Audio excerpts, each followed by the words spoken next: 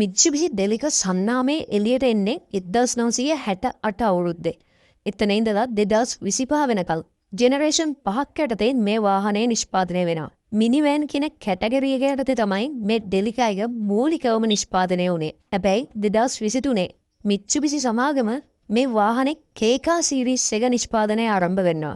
ඒ ඩෙලිකා මිනි නමින්. ඒ අනුව අද අපි මේ කතා කරන වාහනේ පළවෙනි ජෙනරේෂන් එක ආරම්භ වුණේ 2023 අවුරුද්දේ. ඉතින් 2020 වාහන ආනයනය නතර කළාට පස්සේ මේ අවුරුද්දේ ලංකාවට ආපු අලුත්ම වාහනයක් තමයි මේ Mitsubishi Delica Mini කියලා කියන්නේ. ඒ වගේම වාහනේ සම්පූර්ණයෙන්ම ජපානයේ මැනුෆැක්චර් කරපු මෝටර් රථයක්. ස්පෙસિෆිකේෂන් අනුව Delica Mini එකේ ට්‍රිම්ස් 6ක් බලා ගන්න පුළුවන්. කොහොම වුණත් ජපන් ඔප්ෂන් වල පවා බහුලවම බලා ගන්න ලැබෙන වාහන මාදිලි තමයි G Premium, E සහ T Premium කියලා කියන්නේ. මේවයි තියෙන වෙනස්කම් වගේම ලංකාවට එද්දි ගෙවන්න වෙන මිල ගණන් ගැන සියලු විස්තර මේ වීඩියෝ එකේ ඉස්සරහට කතා කරමු. ඉතින් වීඩියෝ එකට ලයික් එකක් දාලා අන්තිම වෙනකන් රැඳිලා ඉන්න කියලා ආරාධනා කරනවා. කේකා කැටගරි එකේ වාහනයක් උනත් බැලූ බැල්මටම ඩෙලිකා මිනි එකට සුපිරි එක්ස්ටීරියර් ඩිසයින් එකක් ලබා දීලා තියෙනවා. බොක්සි හැඩයක් බලා ගන්න ලැබුණත් තරමක් උස ටෝල් බොඩි ඩිසයින් එකක් තමයි ලබා දීලා තියෙන්නේ. නගරේ ධාවනයට වගේම ඕනිම රළු පාරකට ගමන් කරන්න පුළුවන් පහසු ෂේප් එකක් තමයි බලා ගන්න ලැබෙන්නේ. ලෙන්ත් එක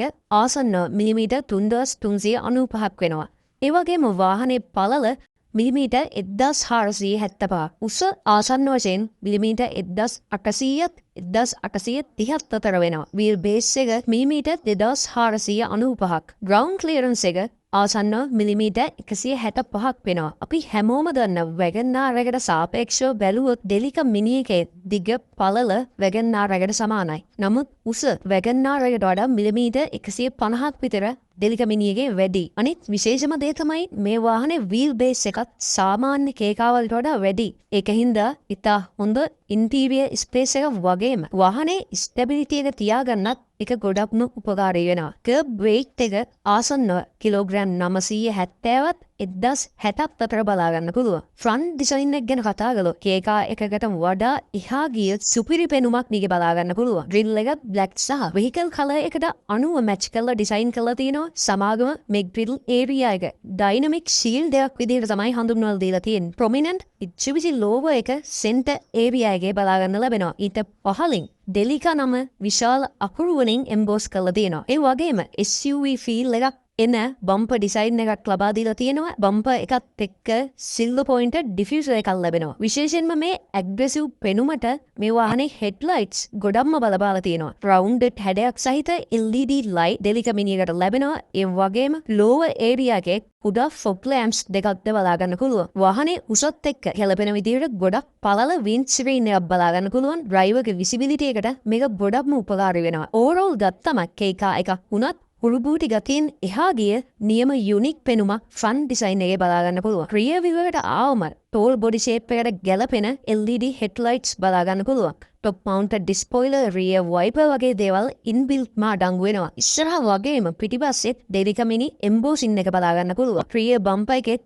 ඉස්සරහා වගේම ඩිෆියුසර් එකක් එක්ක රිෆ්ලෙක්ටර්ස් ලබා දීලා තියෙනවා. ඒ වගේම මේ වාහනයට රූෆ් රේල්ස් ලැබෙනවා. සයිඩ් එකට ආවම ක්‍රෝම් ෆිනිෂින් ඩෝර් හැන්ඩල්ස් බලා ගන්න පුළුවන්. විශේෂම දේ තමයි රියර් ඩෝර්ස් විදිහට ලැබෙන්නේ ස්ලයිඩින් ඩෝර්ස්. වාහනේ තියෙන ටෝල් බොඩි ඩිසයින් එකත් එක්ක මේ ස්ලයිඩින් ඩෝර්ස් සෑහෙන්න ගැලපෙනවා. කීලස් එන්ට්‍රි, ඉලෙක්ට්‍රික් මිරර්ස්, පුෂ් ස්ටාර්ට් වගේ අද කාලේ වාහනවල තියෙන සාමාන්‍ය දේවල් සියල්ල ඩෙලිකා මිනි එකේ බලා ගන්න පුළුවන්. බේස් ට්‍රිම් එකට 14 inch alloy wheel වගේම high trim වල 15 inch alloy wheel ලබා දීලා තියෙනවා. ඕවර්ऑල් ගත්තම එක්ස්ටීරියර් ඩිසයින් එක ටිකක් ටෆ් පැත්තට බර වෙන්න තමයි ඩිසයින් කරලා තියෙන්නේ. මේ ෂේප් එකකින් හින්දා රළු පාරක උනත් බය නැතුව ගමනක් යන්න පුළුවන්. ඩෙලිකා මිනි එකේ පවර් ට්‍රේන් එක බැලුවොත් ජපන් ඔක්ෂන් වල සාමාන්‍ය පෙට්‍රල් වාහනේ වගේම හයිබ්‍රිඩ් සහ ටර්බෝ වර්ෂන් බලා ගන්න පුළුවන්. හැබැයි ලංකාවට ගොඩක්ම දැනට ඇවිල්ලා තියෙන්නේ හයිබ්‍රිඩ් වාහනය. විශේෂත්වය තමයි මේකට මයිල්ඩ් හයිබ්‍රිඩ් ඉන්ටිග්‍රේට් කරලා තියෙනවා. non turbo වාහනයට ලැබෙන්නේ naturally aspirated 500cc 3 cylinder petrol engine එක. horse power 51ක උපරිම power out එකක් සහ newton meter 60ක උපරිම torque එකක්ද මේ එන්ජින් උත්පාදනය වෙනවා. turbocharged engine එකෙන් ලැබෙන උපරිම power out එක horse power 63. ඒ වගේම torque එක newton meter 100. transmission විදියට ලැබෙන්නේ CVT. එහෙම නැත්නම් continuous variable transmission. vehicle එකේ තියෙන stability එකත් එක්ක බැලුවම ස්මූත් ඇක්සලරේෂන් එකක් තියෙනවා ඩ්‍රයිව් ක්‍රේන් එක අනුව ගොඩක්ම නිෂ්පාදනය වෙන්නේ ෆ්‍රන්ට් වීල් ඩ්‍රයිව් වාහන. නමුත් ඔප්ෂනල් එකක් විදිහට ඕල් වීල් ඩ්‍රයිව් ඩෙලිවර් මිනිත් වෙළඳපොලේ බලා ගන්න පුළුවන්. ෆුවල් ඉකොනොමි එක සෑහෙන්න හොඳයි. සාමාන්‍යයෙන් අපේ රටේ පාරවල් වල ලීටරයකට කිලෝමීටර් 20ත් 23ත් අතර ඉතා හොඳ ඉන්ධන හා රැක්ෂමතාවල් ලැබෙනවා. ට්‍රැෆික් වලදී ඉන්ධන දහනය අවම කරගන්න අයිග්ලීන් සිස්ටම් එකද මේ වාහනයට ලැබෙනවා. කලින් කියපු ලොකු වීල් බේස් එකත් එක්ක වාහනේ ඉන්ටීරියර් එකේ හොඳ ස්පේස් එකක් බලා ගන්න පුළුවන්. හෙඩ් රූම්, ලෙග් ස්පේස් ඉතාම හොඳ මට්ටමක තියෙනවා. ටූ ටෝන් කලර් තීම් එකකින් තමයි ඉන්ටීරියර් ඩිසයින් කරලා තියෙන්නේ. ඩෝ පැනල්ස් ප්ලාස්ටික් සහ ෆැබ්‍රික් වලින් බලා ගන්න පුළුවන්. තනිතනිව ඇඩ්ජස්ට් කරන්න පුළුවන්.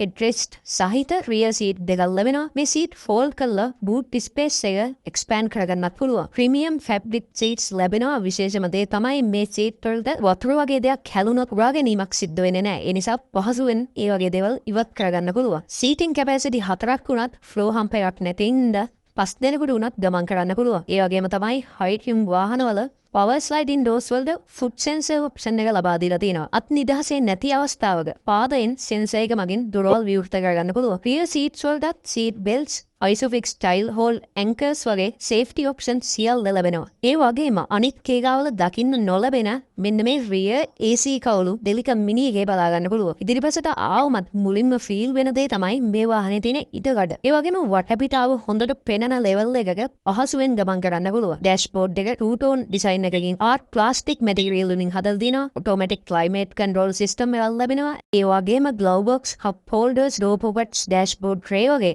හොඳ ස්ටෝරේජ් කම්පොනන්ට්ස් ටිකක් බලා ගන්නත් පුළුවන්. ඉන්ෆෝටේන්මන්ට් සිස්ටම් එක විදිහට 7-inch full touch display එකක් ලැබෙනවා. මේකට Apple CarPlay සහ Android Auto support කරනවා. ඒ වගේම 4 speaker Mitsubishi standard audio system එක තමයි ඩෙලික මිනියට ඉන්ටිග්‍රේට් කරලා තියෙන්නේ. ඉන්ස්ට්‍රුමන්ට් ක්ලස්ටර් එක දිහා බැලුවොත් සම්පූර්ණයෙන්ම ඩිසයින් කරලා තියෙන්නේ ස්පෝටි වයිබ් එක ඉන්ස්පයර් වෙන විදිහට. ඇනලොග් ටැකෝමීටර් එකක් සහ ඇනලොග් ස්පීඩෝමීටර් එකක් ලැබෙනවා. ඒ වගේම temperature, fuel consumption ටයිම් එක වගේ රියදුරට අත්‍යවශ්‍ය දේවල් බලාගන්න මල්ටි ඉන්ෆෝ ඩිජිටල් ස්ක්‍රීන් එකක් ලැබෙනවා. සයිඩ් දෙකේම කන්ට්‍රෝල් සහිත මල්ටි ෆන්ක්ෂනල් ස්ටීරින් වීල් එකක් ලබා දීලා තිනවා. විශේෂයෙන්ම වම් පැත්තේ ඉන්ෆෝටේන්මන්ට් සිස්ටම් එකේ කන්ට්‍රෝලින් වලට දකුණු පැත්ත ඩ්‍රයිවර් ඇසිස්ට් කන්ට්‍රෝලින් වලට අදාළව තමයි ඩිසයින් කරලා තියෙන්නේ. කලින් කිව්වා වගේම රොටෝරේට් ට්‍රැක්ටබල් මිරර්ස්, පවර් ෂටර්ස්, කීලස් එන්ට්‍රි පුෂ් ස්ටාර්ට් වගේ මූලික ඔප්ෂන් සියල්ලම මේ ඩෙලිකා මිනි එකේ බලා ගන්න පුළුවන්. අනෙක් ෆීචර්ස් ගැන සඳහන් කළොත් cruise control ඔප්ෂන් එක ලැබෙනවා. ඒ වගේම collision system,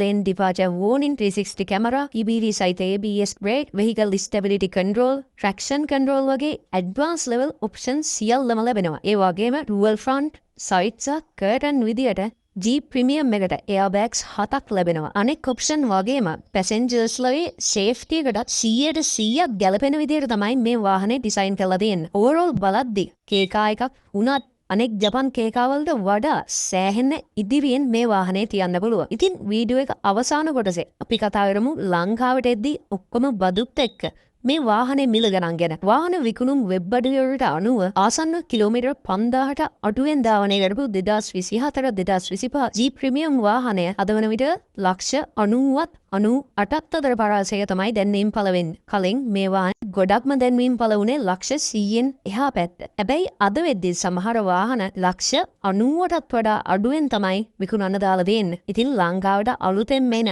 මේ ඩෙලිකා මිනි එක ගැන ඉතා හොඳ අවබෝධයක් ඔයාලට ලැබෙන්න ඇති කියලා මම විශ්වාස කරනවා. මේ රේන්ජ් එකේ එන WagonR custom visit Nissan Rooks වගේ වාහන එක්ක කම්පෙයාර් කරන්න පුළුවන් කේකාවලත් උඩම ලෙවල් එකේ තියෙන වාහනයක් ගැන තමයි අද මේ සම්පූර්ණ රිවිව් එක අරන් ආවේ. ඉතින් වීඩියෝ එක වැදගත් වුණා නම් අනිවාර්යයෙන්ම ලයික් එකක් දාන්න.